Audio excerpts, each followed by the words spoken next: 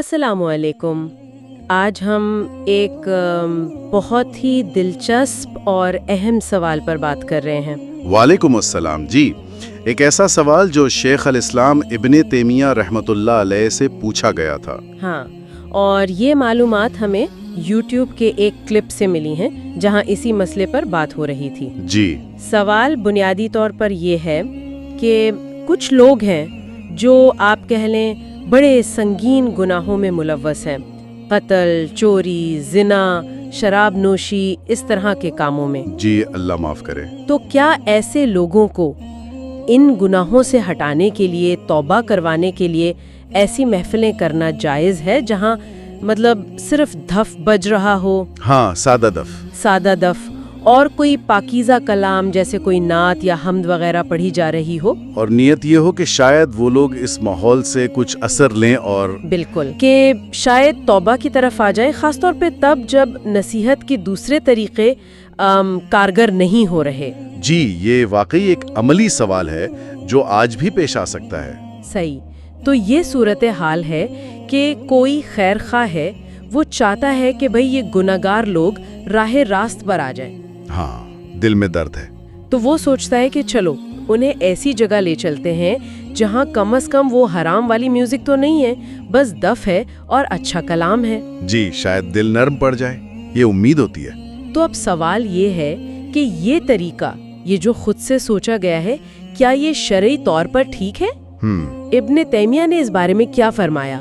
مطلب نیت تو اچھی لگ رہی ہے۔ جی دیکھیں، شیخ الاسلام نے جواب میں سب سے پہلے ایک بنیادی اصول واضح کیا، بہت اہم اصول۔ اچھا، وہ کیا تھا؟ انہوں نے فرمایا کہ اللہ تعالیٰ نے اپنے آخری نبی محمد صلی اللہ علیہ وسلم کو ہدایت اور دین حق دے کر بھیجا ہے، بالکل، اور اس دین کو مکمل کر دیا ہے۔ وہ جو قرآن کی مشہور آیت ہے نا، الیوم اکملت لکم دینکم، ہاں، واتممت علیکم نعمتی ورضیت لکم الاسلام دینا۔ جی بالکل، کہ آج میں نے تمہارے لیے تمہارا دین مکمل کر دیا، تم پر اپنی نعمت پوری کر دی، اور تمہارے لیے اسلام کو بطور دین پسند کر لیا۔ سمجھ گئی، یعنی مطلب یہ ہوا کہ جب دین مکمل ہو گیا جی، تو پھر اس پر عمل کرنے کا اور اس کی دعوت دینے کا جو طریقہ نبی اکرم صلی اللہ علیہ وسلم نے بتایا، ہاں، وہی مکمل ہے۔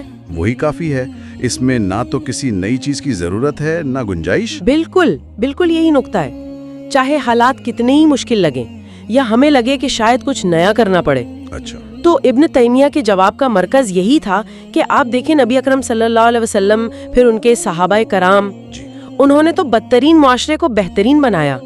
کیا انہوں نے کبھی ایسے طریقے اپنائے کہ گناہگاروں کو پہلے کسی قسم کی ہلکی پھلکی دینی تفریح میں لائیں تاکہ وہ دین کی طرف مائل ہوں؟ جی، کیا ایسا ہوا؟ نبی کریم صلی اللہ علیہ وسلم کا جو طریقہ ہے، خاص طور پر نبوت ملنے کے بعد، بس وہی ہمارے لیے نمونہ ہے۔ صحیح بات ہے، یعنی طریقہ کار بھی اتنا ہی اہم ہے جتنی کہ نیت۔ بالکل، نیت اچھی ہونا کافی نہیں۔ لیکن ایک اور بات بھی تھی جو ویڈیو میں آئی، وہ تو مجھے کافی چونکانے والی لگی۔ اچھا، کون سی بات؟ وہ جو آپ نے ذکر کیا تھا کہ ابن تیمیہ نے کہیں اور یہ دلیل دی۔ اوہ جی، وہ بدعت والی بحث، ہاں، وہ یہاں بہت متعلقہ ہے۔ بتائیے نا، وہ کیا تھی؟ انہوں نے یہ فرمایا کہ بعض اوقات ایک شخص جو کبیرہ گناہ کر رہا ہے، جیسے چوری یا ڈاکہ، لیکن وہ اسے گناہ سمجھ رہا ہے، اسے پتا ہے کہ یہ غلط ہے، ٹھیک، وہ شخص حالت کے اعتبار سے اس شخص سے بہتر ہو سکتا ہے جسے ان گناہوں سے نکال کر کسی ایسی بدعت میں لگا دیا گیا ہو جسے وہ نیکی سمجھ کر رہا ہے۔ یہ تو بڑی عجیب بات ہے، یعنی گناہ کرنے والا بدعتی سے بہتر، حالانکہ بدعتی تو ظاہراً عبادت کر رہا ہے۔ جی، وجہ سمجھیں ذرا۔ جو گناہ کو گناہ سمجھ کر رہا ہے، اس کے دل میں کہیں نہ کہیں خلش ہوتی ہے، ندامت کا امکان ہوتا ہے۔ ہاں، توبہ کی امید رہتی ہے۔ بالکل، وہ جانتا ہے کہ میں غلط ہوں، لیکن جو بدعت کو دین سمجھ بیٹھا ہے، وہ تو سمجھتا ہے میں بڑا نیک کام کر رہا ہوں۔ اوہو، وہ تو خود کو صحیح سمجھ رہا ہے۔ جی، وہ جتنی محنت اس بدعت میں کرے گا، وہ اللہ سے اتنا ہی دور ہو سکتا ہے، کیونکہ وہ نبی کے طریقے کے خلاف جا رہا ہے۔ تو اسے توبہ کی ضرورت ہی محسوس نہیں ہوگی؟ بہت کم امکان ہے، وہ تو خود کو ہدایت یافتہ سمجھ رہا ہے۔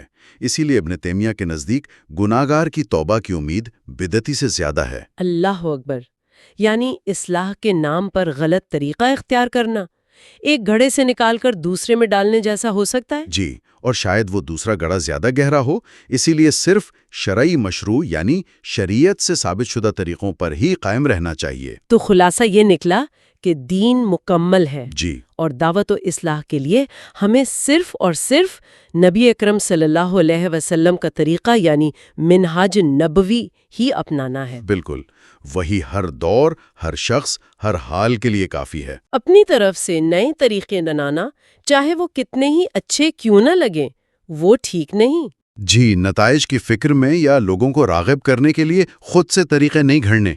اچھا، تو آخر میں سامعین کے لیے کوئی سوچنے کی بات؟ جی، ایک نکتہ ہے غور کرنے کے لیے۔ آج کا دور ہے، نئے چیلنجز ہیں دعوت کے میدان میں۔ بالکل ہے۔ تو ایسے میں اس اصول پر قائم رہنا کہ صرف نبی صلی اللہ علیہ وسلم کے طریقے پر ہی چلنا ہے، یہ کتنا اہم ہے؟ یہ واقعی اہم سوال ہے۔ اور اگر ہم اس پر قائم رہیں تو ہمارے معاشرے پر، ہماری دعوت پر اس کے کیا اثرات ہوں گے، یہ سوچنے کی بات ہے۔ یقیناً۔ بہت شکریہ، یہ واقعی ایک اہم پہلو تھا جس پر روشنی ڈالی گئی۔ جزاک اللہ۔